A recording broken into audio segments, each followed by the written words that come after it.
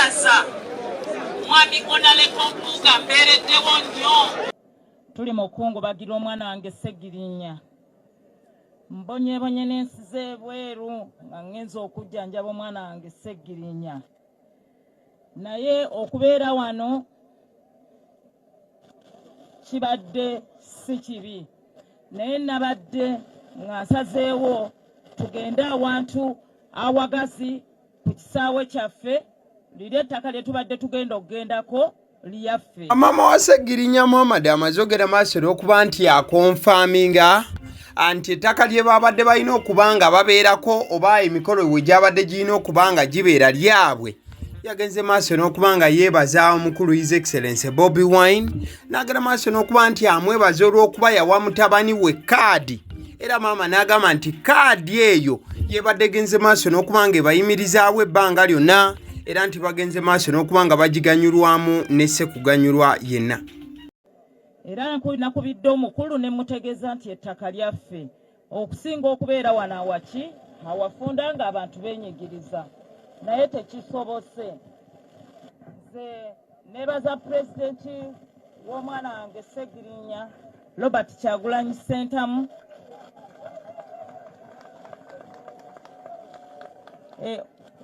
olw'okuba nti yamuwa kaadi era kaadi ebadde nnyamba kinene obulamu bwange.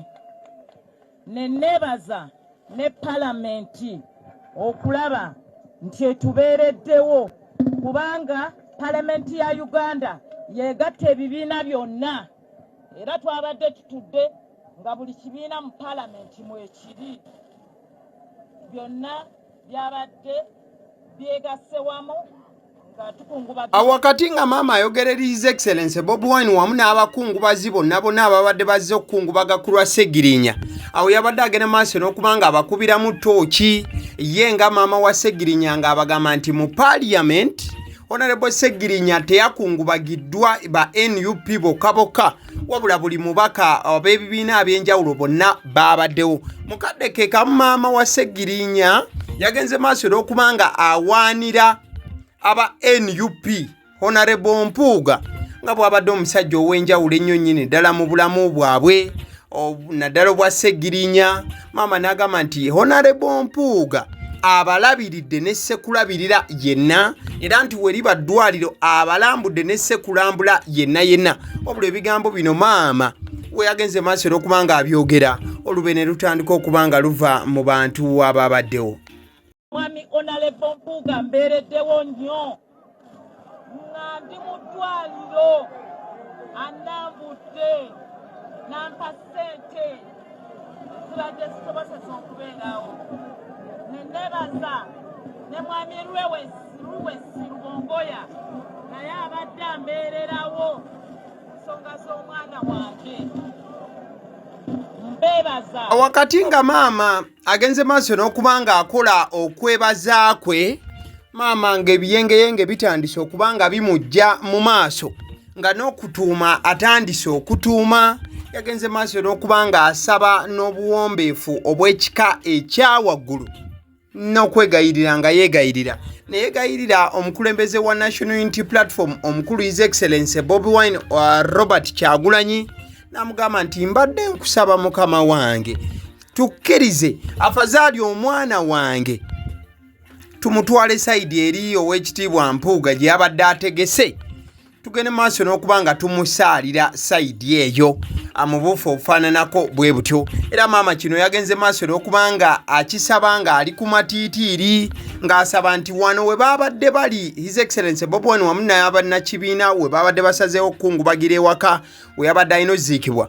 Maama n'agamba nti wano tujja kudda buzzi munzikirize tumutwale. Mbadde nsaba pulezidenti w'ekibiina tukwate omwana wange kubalira ettaka lyaffe tugende tubeere awantu awagazi tusaalire omwana wange we tunatuuka okujja tumugalamize ku bijja by'abajjajjaabe.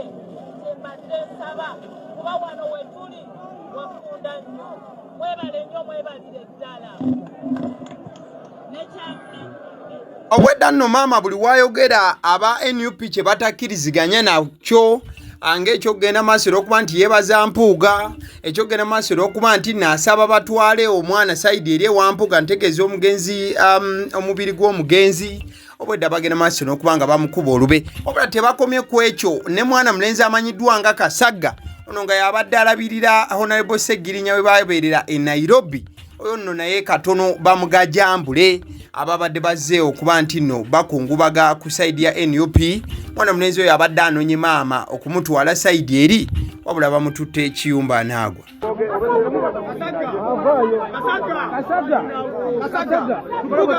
Mpuuga yalina mujanja wapale yamutta okitegedde ebibabawo obusenge bw'ekisiru obwo. Kasagga oli muganda wange tutandika kuleta bya kisiru wano awalya maama yattedde abaana otunda muganda wo Kasagga wama katugwetwala maama ono Kasagga tujja mutereza banayi temumukayanga mumuleke oba mutwala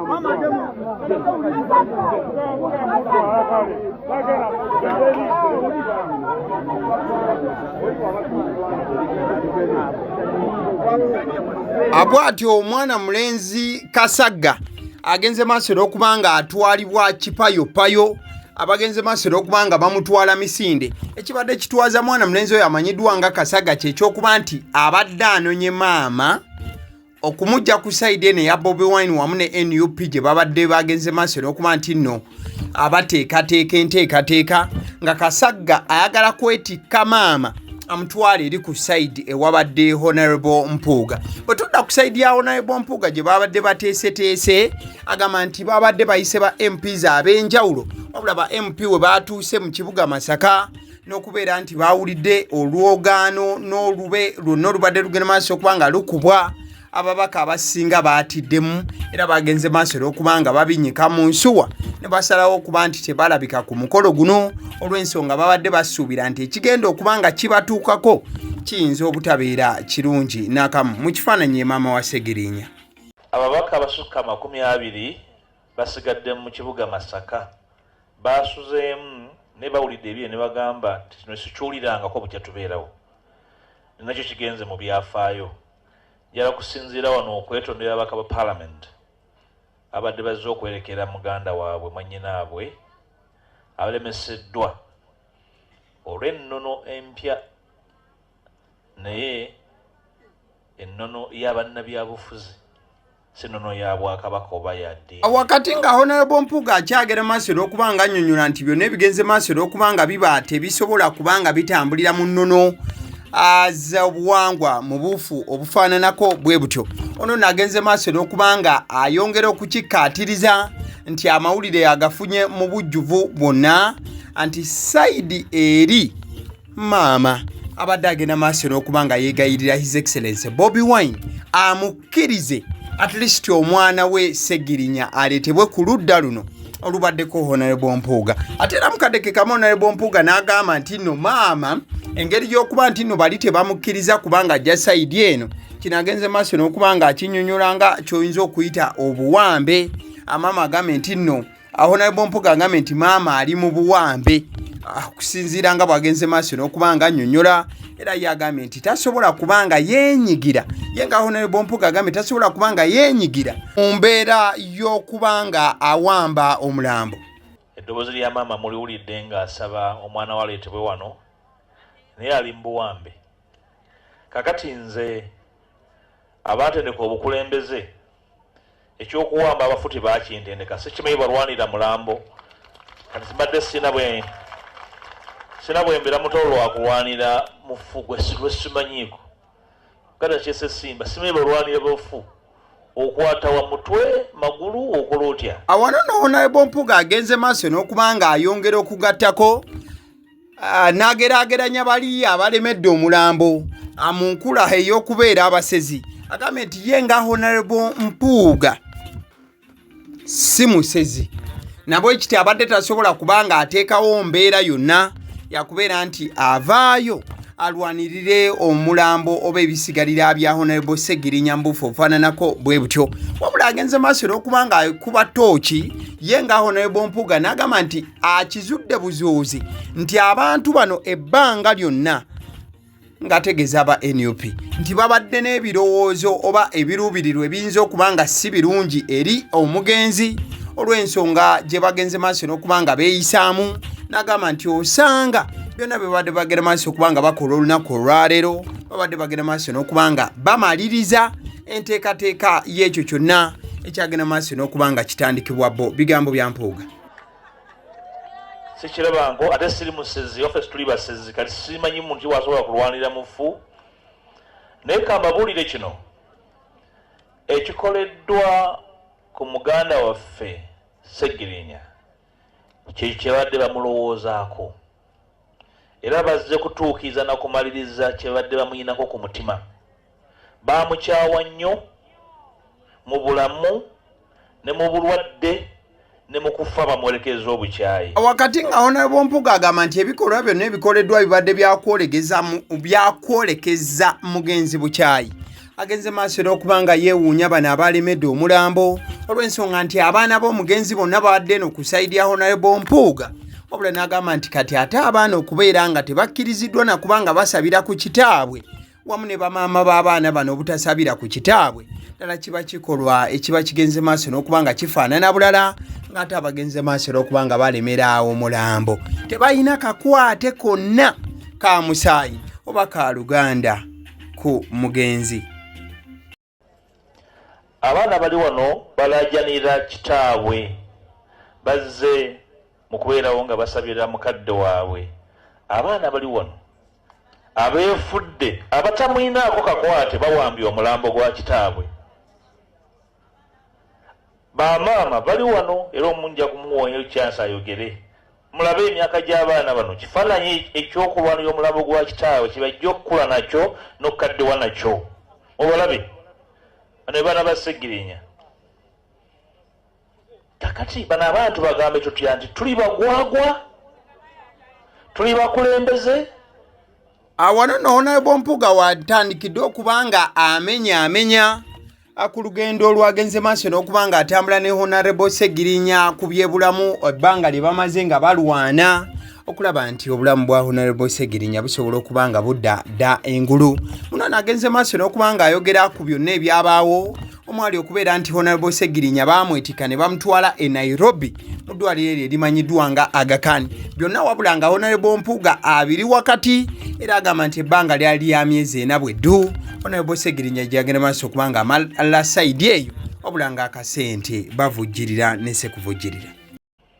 Ssegirinya bw'agenda e Nairobi Parliament yayiyo tulina okusala amagezi ate okunoonya enzimba yamala e Nairobi emyezi egisukka 4 ng'ali mu ddwaliro erya AGALIWO. Amanyi kyenjogerako mu ddwaliro eryo mutegeera kye twayitamu nga Parliament. Ssegirinya namulambula e Nairobi emirundi egyasukka 6 okutegeera embeera gy'alimu okumuwuliriza nga tulina ne maama we n'omutoyo Kasagga n'omuvubuka omulala yali PA we Alex okulaba nti obulamu bwa Ssegirinya tubutaasa era yava mu AGALIWO nga weewaawo. Awakati nga Honorable Mpuuga agenda maaso n'okuba nti yeetegereza Honorable Ssegirinya ebbanga lyabadde amaze wali e Nairobi agamba nti yagendanga maaso n'okuba nga akyalira ku munywanyi we ono entakera wabula tewaliwo lunaku na lumu lwagenda maaso nakubanga lukeera ye Honorable Mpuuga ne yeekubya kifaananyi n'omulwadde Honorable Ssegirinya olw'embeera gye yalimu wabula agamba nti yeewuunya ne ssekwewuunya yenna bannabyabufuzi bano abalemedde munnaabwe ng'ate be badde beekubyanga ebifaananyi wannawali. Kiseera waliwo nabatuukako nga bagivinza apo ntyaka kiganye naye twagira n'abasawo bakugalaga nti tujja musobola ne yeetaaga obugumiikiriza.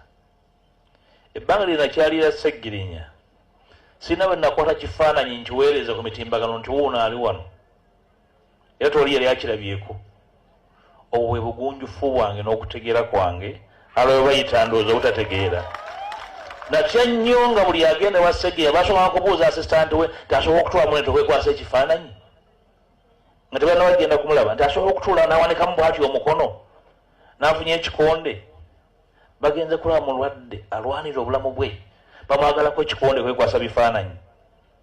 Awo tutuuse mu bugunjufu bwaffe. Ssegirinya tibaamulambulanga kulaba mulwadde na kumusaasira kwekwasa bifaananyi naye. Wawuleeka gw'ensonyi omu sijja kumwogera linnya. Ye agenda kumulaba kufuna alaawensi. Ensi naye emumanyi. Yagenda kulaba mulwadde kumufunirako kasente. Kati be bakulembeze be tulina. Awakati nga Honorable Mpuuga atadde akaka ku mbeera yonna egenze maaso n'okuba nti ebaawo, ku saidi ye kubaddeko abaana ab'omugenzi, ate era ku saidi ye kubaddeko omukulu oyo abadde nga ajjanjaba omugenzi, wabula ne maama Ssegirinya omu ku baana b'omugenzi. Agenze maaso n'okuba nga yeebaza Honorable Mpuuga nnyo nnyini ddala olw'ebyo byagenze maaso n'okuba nti abakolera ebbanga lyonna, ate nga ne maama yennyini wa Ssegirinya kye yasookeddeko wali mu kusooka kyakwebaza Honorable Mpuuga. Mwami Mpuuga ssebo tukwebaza, weebale kulwanirira mwami wange, weebale kubeerawo ku lulwe mu buli mbeera, mwebale nnyo, mwebalire ddala. Honorable Ssewanyana naawe nkwebaza munnange ku lw'okubeerawo ku lwa mukwano gwo Ssegirinya. Mwana mulenzi amanyiddwa nga Kasagga, ono nno ye yajjanjaba Honorable Ssegirinya ebbanga lye baamala e Nairobi, oba ye yabeeranga naye ku kitanda wano na wali. Oluvannyuma lw'okuba nti yassimattuse okubanga aba NUP bamugajambula sayidi eri, olw'okuba nti baadde bakisuubiriza nti atwala maama, yatuuse oludda eno n'ayogera wabula nga ali mu nnyeeke. Tonda olw'okujja ekikeerezi tubadde waggulu nga tukola ku nteekateeka ez'okulaba nti muganda waffe asabirwa mu kitiibwa oba oliawo kyaza alwanirira ebbanga lyonna. Naye tekisoboose, nze nga nze omuntu nfunye problem ne betuyita ba foot soldier, munansonyiwa okumenya erinnya omukyala bamuyita Sauda Madada ampisizza bubi ekitenkanika. Naye n'okulumya olw'okuba nti nze ndi mukulumwa okwa muganda wange yagenze musonyiye, Katonda ajja mulamula. Kale ayo no yembeera ebuutikidde okuziika olunaku olwaleero. There has been a lot of drama and a lot of exchange of words here and there. Ebigambo bigenze maaso n'okuba oyo yinno ye mukulu mu ffumbiro, abamufumbira omukulu oyo agenze maaso n'okuba nti abeerawo. By the way, Honorable His Excellency Bobi ayaniriza omukulu ono n'agamba nti kibadde okay okubeerawo mu kuziika Ssegirinya olwaleero, olw'ensonga nti Ssegirinya bwe yali omulamu yasonyiwa mufumbiro. Olw'ebigambo mufumbiro bye yali agenze maaso n'okuba ng'ayogera ku Honorable Ssegirinya. So mufumbiro abaddewo mu kuziika bulungi nnyo, wadde nga Ssegirinya bwe yali omulamu yali yalayidde n'agamba nti mufumbiro talinnyanga ku ntaana yange ne bw'abanga zze bayoolanga enfuufu maama wange n'agimuyiira. Wabula oluvannyuma lw'okuba nti baasonyiwagana agenze maaso n'okuba nti abaawo gwatategedde kibaddewo okusaba kwategekeddwa oba enteekateeka yabadde ya mirundi ebiri. Bobi Wine baategese ne NUP baategese wake wabadde wagenda okuziikibwa, wabula ate Honorable Mpuuga wamu ne banna Parliament ne bategeka mu kisaawe era ekibadde Kinyana Mpindi na wali. So olutalo bwedda luli wakati wa omulambo gutwalibwewa, wabula aba NUP bawangudde we bagambye maama nti ssebo maama omulambo tegugenda vaawo wano, ate naawe togenda kuvaawo wano, tusigale wano, tokkiriza kuwuddisibwa ekiwayi kiri ekya Mpuuga. Wabula nga ate maama wakati mu kubanga agaaniddwa okugenda eri yayimye eno sayidi gy'abadde ku sayidi ya NUP n'akozesa omuzindaalo ne yeebaza Mpuuga atabaddeewo. Wabula ne Mpuuga gy'abadde sayidi eri obubaka abufunye nti maama amwebaziza nnyo, era kigambibwa nti Mpuuga abaddewo from day one okusinziira ku bigambo bya maama, okusinziira ku by'abakyala wamu n'abaana mu bufu ofaananako bwe butyo. So lubadde lutalo kwegamba lutalo lwa maanyi. Ojja kujjukira nti Mpuuga ne His Excellency Bobi Wine ate balima kambugu ababiri bano. So kibadde kyakulaga lyanyi era gye bikidde nga NUP egenze maaso okuba nti ewangula oba edominating okukakananga okuziika kwonna yagenze maaso olw'okuba nti ekumaliriza era Oweekitiibwa Mpuuga omukolo gwe yagenze maaso okuba nga ategeka bakoze bukozi speeches ez'enjawulo n'okubeera nti nno bakuzinzezinzeko olw'ensonga nti n'ababaka abamu abaatidde okujja ku mukolo guno wadde nga gubadde gw'aba parliamentarians oba gwadde gutegekeddwa okuviira ddala sayidi eri eya parliament okuba nga baziika Honorable Ssegirinya mu kitiibwa nga MP okusinziira ku Honorable Mpuuga nga bwagenze maaso okuba nga annyonnyola maama nno ye asigadde mu nnaku ey'ekika ekya waggulu olw'ensonga nti okusaba kwasabye aba NUP bamutaase bamukkirize omwana wa mutwale sayidi eri ewabadde Honorable Mpuuga n'enteekateeka ebaddeyo maama baamugambye nti ekyo tekigenda kusoboka tekijja kusoboka wadde gwe maama ne omukulu abadde asubscribenga ku kibiina ekya National Unity Platform likinga video eno. Thank you. Webale.